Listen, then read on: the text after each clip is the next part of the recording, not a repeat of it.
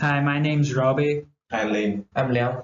and we're going to discuss the topic of anti-forensics within the context of the company Octan's case against the ex-employee.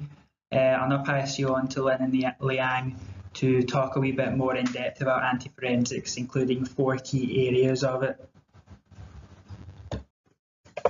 An oral exploration company named Octane accused a former employee of stealing data via anti-forensics technology and releasing to the public to profile a volatile company stock movement. We will then discuss anti-forensics technology around this scenario to debate whether the employee really stole the data in the way described by the company and whether the company has a case against the former employee to begin with. Then what is anti-forensics? We know that forensics as method that used in investigation of crime. Basically, anti-forensics are the countermeasure taken to confuse forensics investigation and right from it. The main aim of anti-forensics technology is to prevent any crime evidence from getting caught. With the development of it, there are many types of anti-forensics. We will focus on four areas of anti-forensics according to the scenario. So for the antithesis could be separated to the four parts. The first part of the antithesis is the data hiding. So the hiding evidence is the act of removing evidence from the view so that it is less likely to be detected into the forensics process. In this case, the evidence is not destroyed or being manipulated. It is just made less visible to the investigator. Sometimes it is not necessary to find the hidden evidence. In fact, the percentage of hidden tool of the system itself could become the evidence. So the second part is artifact wrapping. So this technique has been in use for a long time now. And the artifact wrapping is used to attempt the data elimination, where data elimination is the process of somebody proposed to removing or destroying the data which is stored on the memory. So the trial of obfuscation is the technique more popular known as counterfeiting. Dictionary meaning of counterfeiting is to imitate usually with the intent to forge.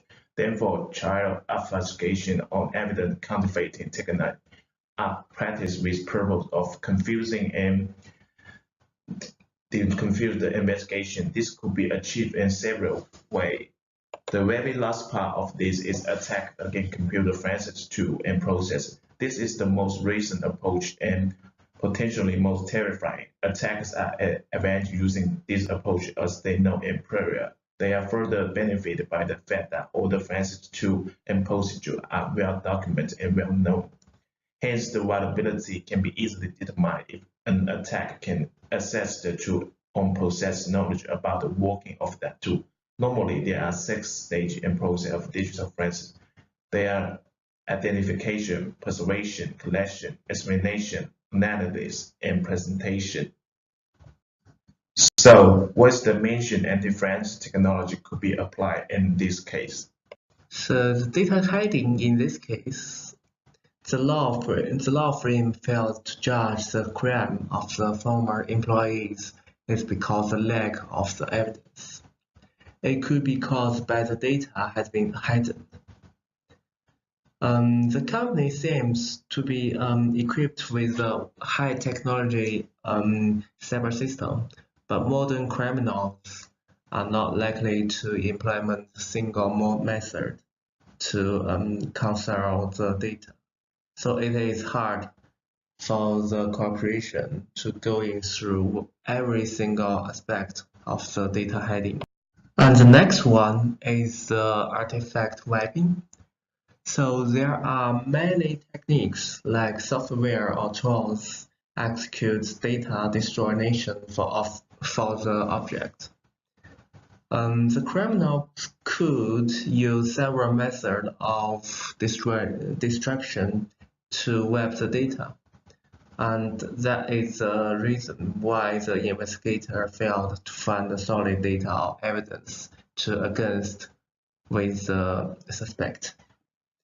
In this case, the suspect was assumed to steal the sensitive data via the bitmap, which the bitmap is considered to be effective for the transfer of the data.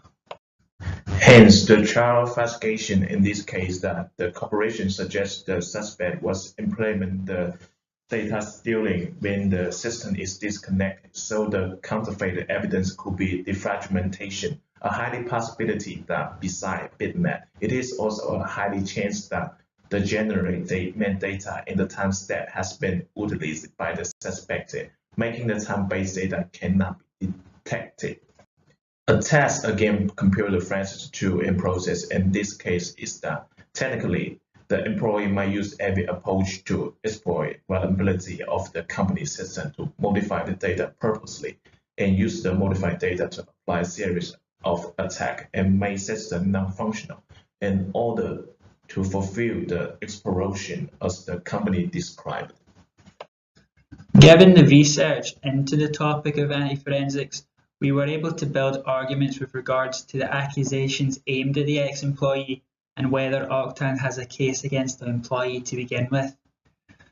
Building on the idea of exfiltration, Octan's argument that the employee used bitmap images has some traction, as through research it was deduced that bitmap images could be a good candidate to data hide in comparison to more popular file formats such as JPEG due to its lossless nature.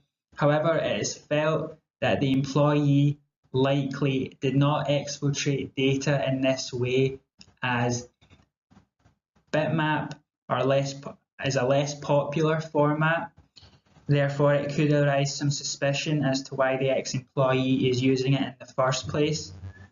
We also found some information that proposes that the user would be unlikely to have sufficient skill to use such a tool without risk of detection, because it would take time, effort, and ability to be able to use the tool to do the data hiding process.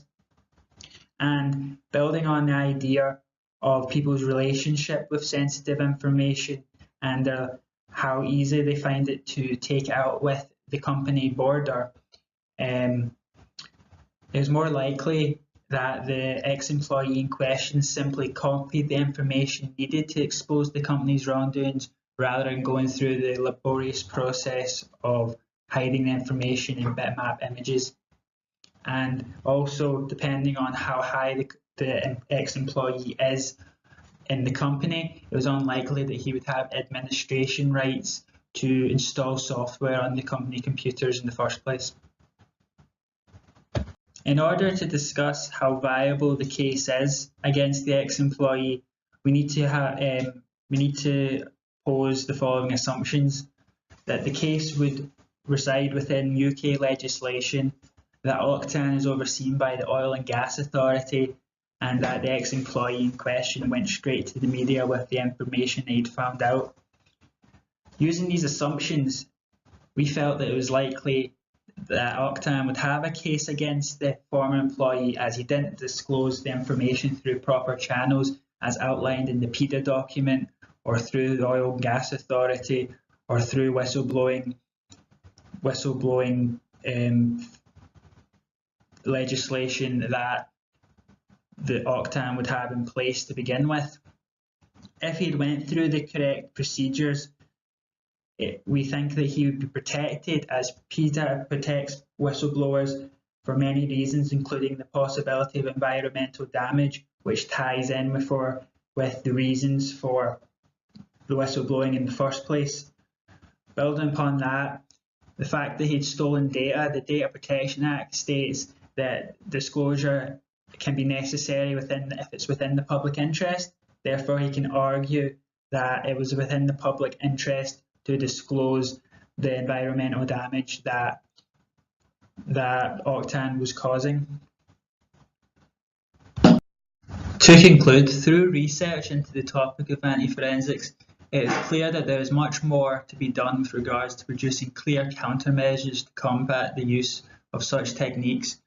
Given the information presented, it's felt that although Arctem seems to have a case against the ex-employee due to the means of which the alleged wrongdoing was disclosed, there are many factors that lead to the conclusion that the employee likely did not exfiltrate data via bitmap images.